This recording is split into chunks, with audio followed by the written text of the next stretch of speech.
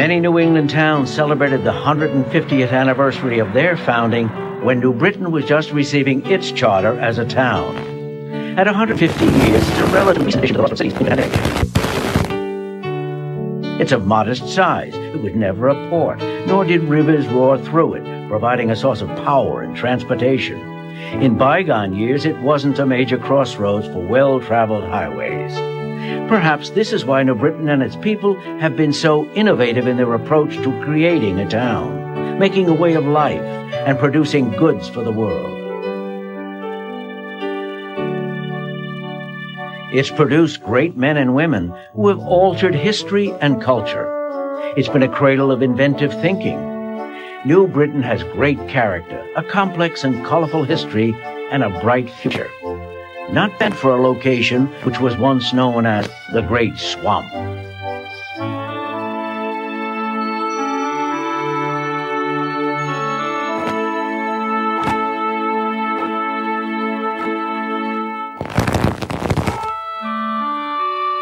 In its early days, New Britain was first part of Farmington and Berlin.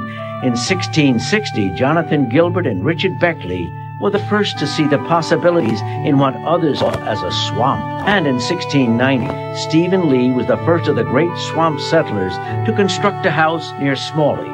Well, the center of town is not what we know as the center of town today. It was out approximately where there was. That's where the first meeting house was. And so that's primarily where the people settled. I think of New Britain as an inverted L. The original three settlements was the Stanley Quarter and then the East Street Quarter and then over to the Hart Quarter, which you know is the West End today. Settlers continued to arrive and build homes, and by the 1730s, residents were petitioning the General Assembly to allow them winter privileges so they wouldn't have to walk to the Christian Lane Meeting House in Berlin for services each Sunday. Unfortunately, the long walk to church would continue until 1754, when the General Assembly finally granted permission to the residents to take portions of Kensington, Farmington, and Newington to create a new parish. It was named New Britain by Colonel Isaac Lee to honor Great Britain. By the time it was a parish of its own, New Britain was a quiet village of 300. Imagine a farming community with 40 houses spread amongst a town split into three sections. The pastor of the church was one of Britain's great intellects, the Reverend John Smalley.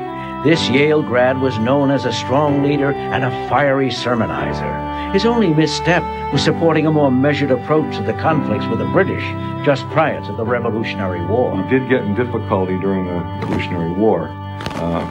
Congregational clergy tended to be strongly revolutionary, with very few exceptions. Smalley was one of the exceptions. Parishioners said that they were going to rebel against the king. He said, "What, you would do violence to your king?" And the response was, "Yes, we will, and also to our minister if necessary." Not a single Revolutionary War battle was fought on New Britain's soil, but New Britain sent close to 100 men to serve in the fight for liberty, most notably General John Patterson. Of course, not all the residents who went off to fight for liberty returned.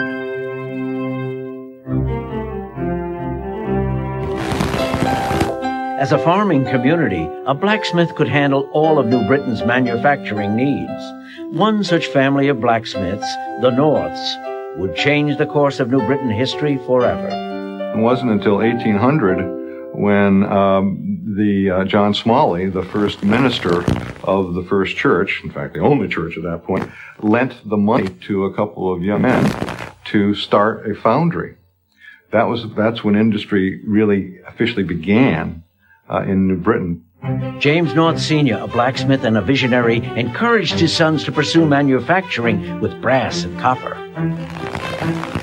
With Joseph Shipman, the young James North started producing brass sleigh bells and other goods in what was the first manufacturing plant in New Britain. Later, he partnered with his brother Seth, who would become a New Britain manufacturing legend.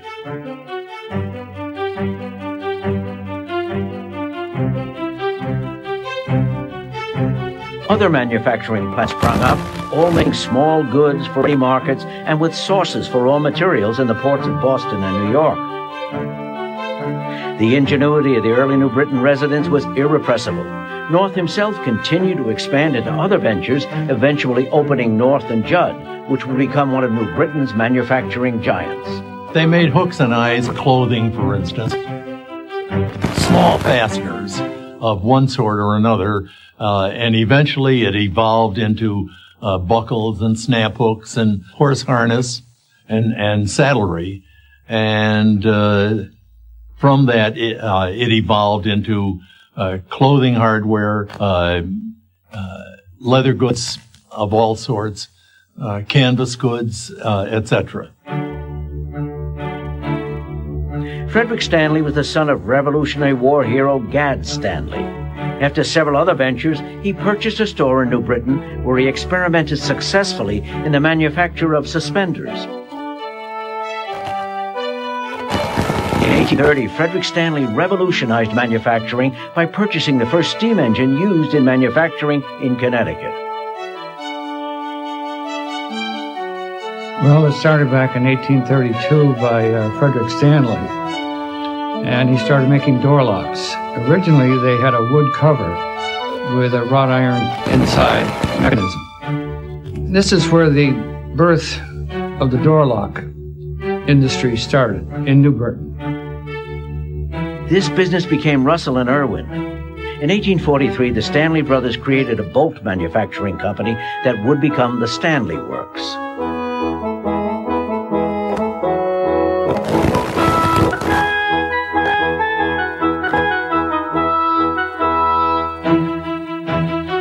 By the mid-19th century, New Britain already had a well-deserved reputation as a manufacturing center.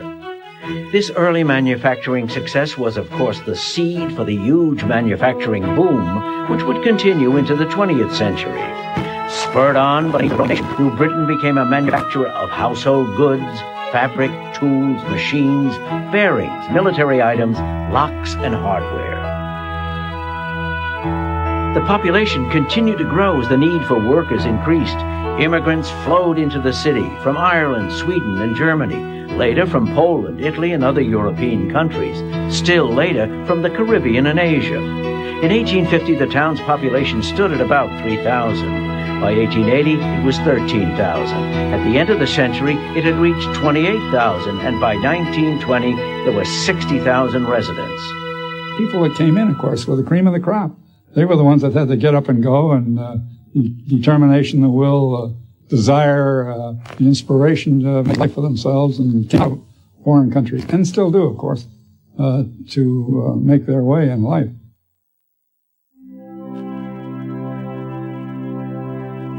I would think if there was one factor that was really instrumental in making this a city, a working industrial city, it would be the railroad. The railroad originally, of course, bypassed New Britain, went from New Haven to Hartford. And the only access that New Britain had to the railroad was through Newington, which was too far. And Frederick Stanley, who was the first warden of New Britain in 1850, was heavily involved in lobbying the railroad, the Providence and Fishkill Railroad, to extend their westward line to New Britain. And that had tremendous implications for the development of industry and markets for New Britain companies. Most municipal improvements, such as roads and the foundation of the fire department, were either voluntary efforts or the result of private investment. In the 1820s, villagers, dissatisfied with the schools, began to agitate for an improved system. Private schools were created, and an early educational innovation occurred when the village raised $16,000 to establish a school to train teachers. The need for the normal school or teacher training school had been debated in the state legislature without much progress when Seth North decided to throw his great influence and his own money behind the project.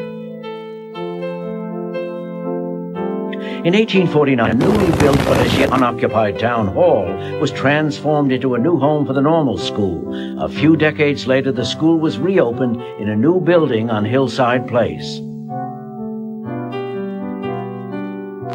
The normal school later became the Teachers College and moved to a campus on Stanley Street. Today, it's known as Central Connecticut State University.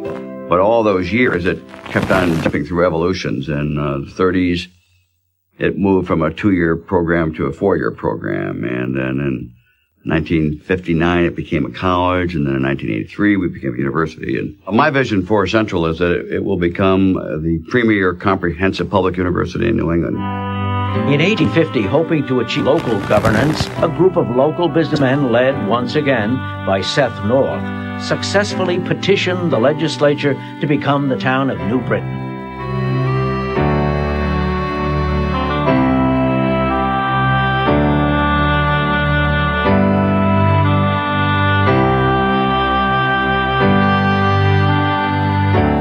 "21 years later, in a very close vote, New Britain was established as a city.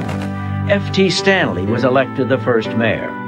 Obviously, I think the early industrialists had a huge influence on the political system here. They influenced everything, the evolution of the water system. They obviously were thinking ahead when they designed the water system. Walnut Hill Park itself at one time was a supplementary reservoir that held approximately 2 million gallons of water.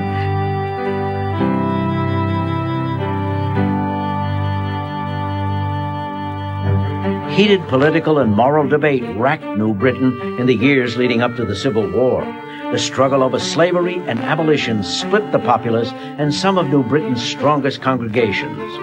When the Civil War broke out, most of the city's factories saw increased production. Sadly, New Britain lost 75 soldiers to the war.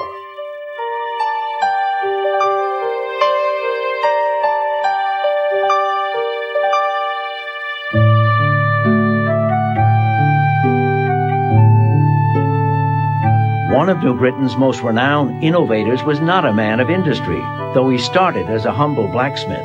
Elihu Burritt used his keen intellect and unending curiosity to educate himself with the benefit of only minimal schooling. He lived much of his life outside of New Britain, traveling and studying. Eventually, he became a noted writer and lecturer.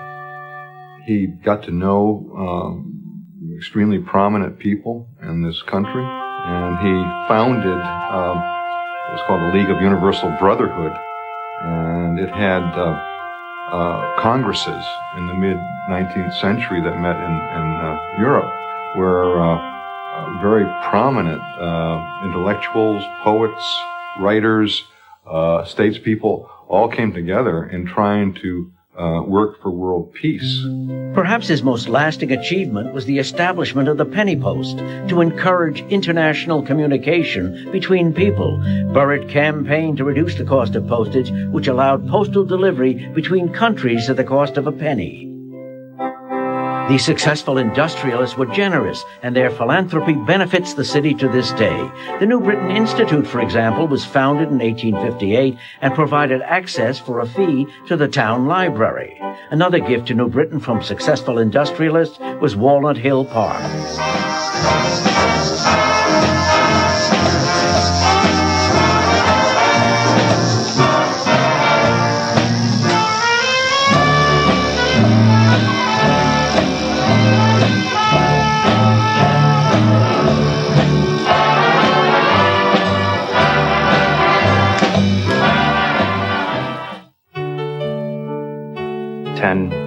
Men who purchased what is now the land for Walnut Hill Park and built a reservoir up there. And then later on, they turned that land over to the city, and they had already gone out and contracted with Frederick Law Olmsted, who was the preeminent landscape architect of the era, to come in and design the park.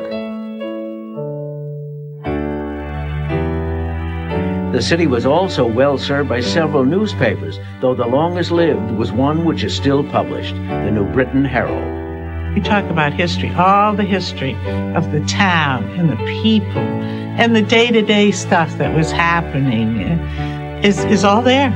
It's a record that is there every day.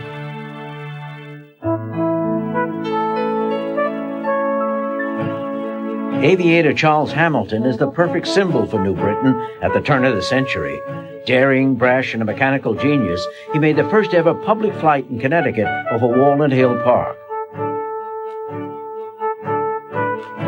New Britain's industries, known throughout the world, dominated life in the city.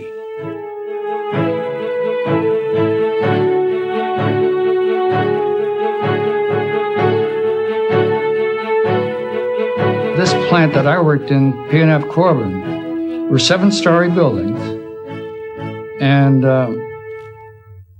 it was 1,250,000 square feet. And on the 4th floor across the street was the iron foundry. And then across from that was the brass foundry. So, and the press room was huge. I mean, that was 2 stories high. It was huge. It's an anti-friction bearing, the bearing that overcomes the old bugaboo of industry. They didn't come into being just like that. The products they made helped shape New Britain and the United States as an industrial power. Faster and harder without... Universal was known all over the world early on. And Stanley, of course, is known. Pfaffner, as we grew in a hurry, we got to be known around the world. Buffalo Bill was a good friend of North and Judd. Anytime he was in the neighborhood, he visited North and Judd and Colts in Hartford. The picture was taken in New Britain in 1916 with Buffalo Bill sitting in an automobile owned by North and Judd's vice president at the time, H.C. Noble. Inventions abounded and were followed by patents in the hundreds, beginning with a simple clothes hook and moving onward to the Corbin car and complex bearings for the lunar module. Men like Justice Trout, Horace Kimball Jones, Frederick Carlson, and Henry Voigt had hundreds of patents to their credit. In the last decade of the 19th century, New Britain held a record for patents issued.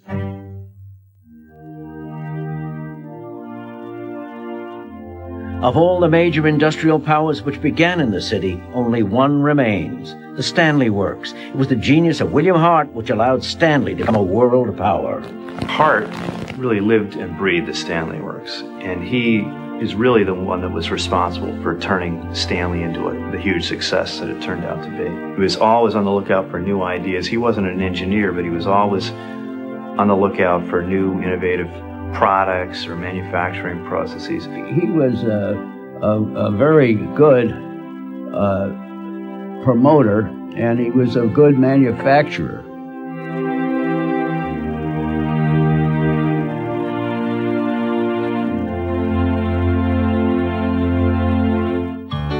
In the first half of the 20th century, New Britain prospered.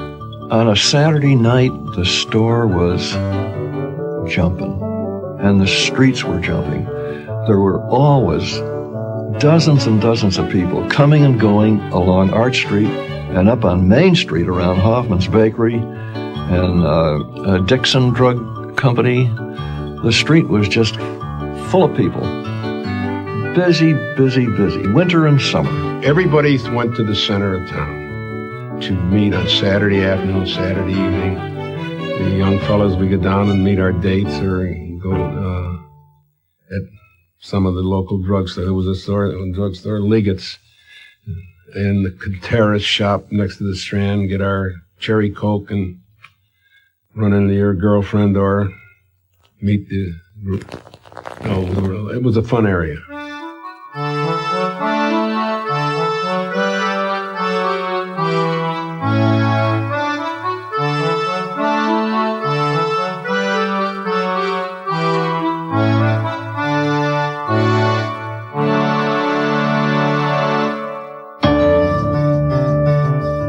In the 20th century, New Britain was one of Connecticut's boom towns. Population grew, and the bustling downtown was ringed by factories, which were in turn surrounded by multiple family dwellings and newer single-family homes owned by the emerging middle class. Of course, there were also homes of amazing proportion and grace, owned by the founding families and offices of the large companies. Lexington Street used to be called President's Row because so many presidents from different companies lived up there. Immigrants from all over the globe and from other parts of this country came to New Britain. They all got the idea when you came to the United States, you're going to find $100 bills on those streets. The streets were paved in gold. So many of them came over looking for a better opportunity to make a living and live. My mother had a restaurant on Hartford Avenue, and a typical day for me was working.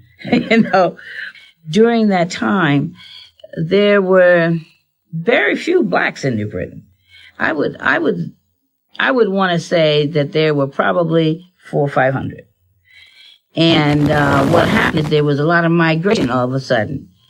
And a lot of the young men migrated from the South and came to New Britain to live. And so they lived in boarding houses and they ate in restaurants. New Britain was not without problems. It dealt with child labor, disease, crime, labor issues, and poverty. The Klingberg home was established to provide housing, food, education, and love to those children in need. Immigrant groups flocked to area churches for religious and social support. One of the largest such groups were the Polish, who found a leader who would help them earn respect in their adopted city. His name was Lucian Bujnowski. He was a very hard-driving person. He was described by one observer in 1909 as both the czar and autocrat of Broad Street, which is a wonderful description, but in a way it did reflect his hold over the community. He becomes pastor in 1895. He dies in 1960. So it's an extraordinarily long tenure as pastor, 65 years, and it's extraordinary tenure. But he builds one church and then a new church. He builds a school. He establishes his own order of nuns to take care of Polish orphans. And he also establishes his own media. He establishes a newspaper weekly in 1907. In a way, he could take care of his parishioners from birth to death. The two world wars which marred the century also had their effect on New Britain. Large numbers of men and women served their country in these wars, many sacrificing with their lives. Probably the biggest thing in World War II to me is women came into their own. Women took factory jobs, and of course, then it was a little difficult when the guys came back because they needed their jobs back. But that's when you really saw women leaving the home and going into the factory and doing the same type of work that men did. And once they were out there, it just never went back. The Great Depression of the 1930s, which flattened the major economies of the world, also greatly affected New Britain's commerce. 8-term Mayor Republican George Quigley had an interesting approach to the Depression, shaping an innovative make-work program which paid workers in scrip. This army of unemployed residents built the Stanley Golf Course.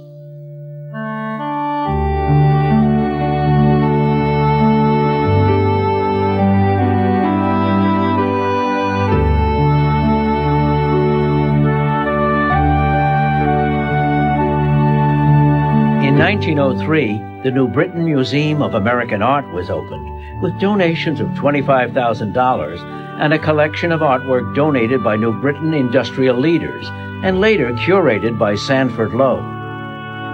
Well, it was John Talcott that really started it. I think there were something like 23 paintings that were in the old library, the Institute. And Mrs. Landers bought the William H. Hart House, which is now the old part of the museum. And when she died, she left it for a free art museum. New Britain has also been served by two hospitals. New Britain General Hospital was established at the end of the 19th century and located in the home of John and Lucy Smith at the current site of the hospital. Many of the Spanish-American War veterans were home on leave and came down with typhoid fever. So they had the Soldiers' Comfort Committee came to the directors of the hospital and said, could you open the hospital because we need to have a place. We can't care for these people at home. So they came, the directors got together, and in 3 days renovated, equipped, and staffed a hospital. And from Saturday noon until Tuesday morning, they opened on Tuesday morning. And over about a month's time, they admitted 28 soldiers. We're able to offer the best of all of the worlds: research, education, patient care, delivered in a community setting, with our heart and soul back to the community. And that's a little different than you'll find in a lot of other facilities. The Hospital for Special Care, originally known as New Britain Memorial Hospital, was founded in 1941 to care for the chronically ill. Up until the 1980s, it was more of a long-term chronic disease hospital. Today it is a hospital that serves niche markets for people that have rehabilitation needs, for people with problems of the lung, pulmonary diseases, and children that have medically complex type problems. It's unique in that there's very few, maybe less than 20 hospitals in the country that do what our pediatric unit does. We run the gamut from acute rehab hospital level, meaning stroke, pulmonary, multiple trauma, spinal cord injury, and brain injury. New Britain began to change in the mid-20th century when it was first proposed to bring a highway through town, linking highways on the east and west. This plan, proposed in the 1940s, was finally completed in the 1980s. Several forces began to change New Britain in a significant way. Manufacturers began to move from the center of New Britain. Many moved out of town completely. At the same time, increased mobility and the development of strip malls drew commercial business away from the center of town. Formal redevelopment plans also called for the demolition of many of New Britain's oldest structures and the building of new. This was the beginning of a transition still underway.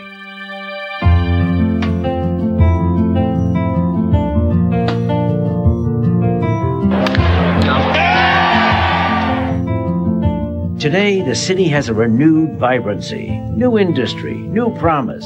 We have over 100 small, quite technical operations going on. We're attracting a lot of people back into this area, and it bodes well for the local economy.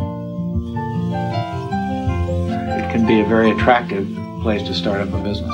New Britain is definitely business friendly.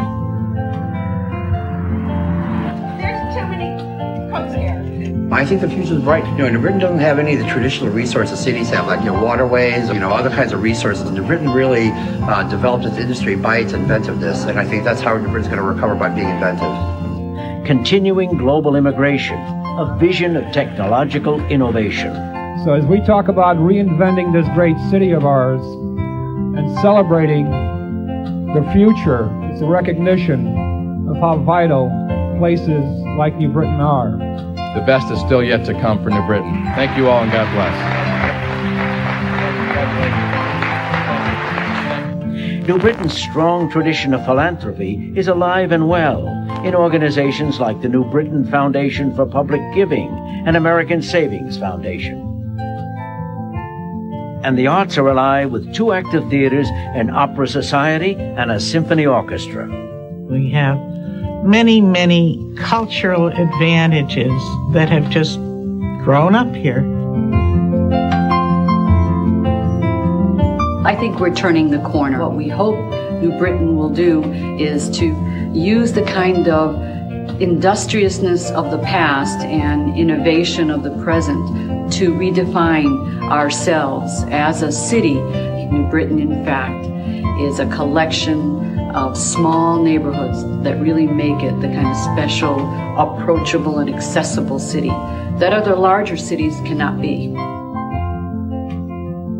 And New Britain has the educational resources to power continued innovation.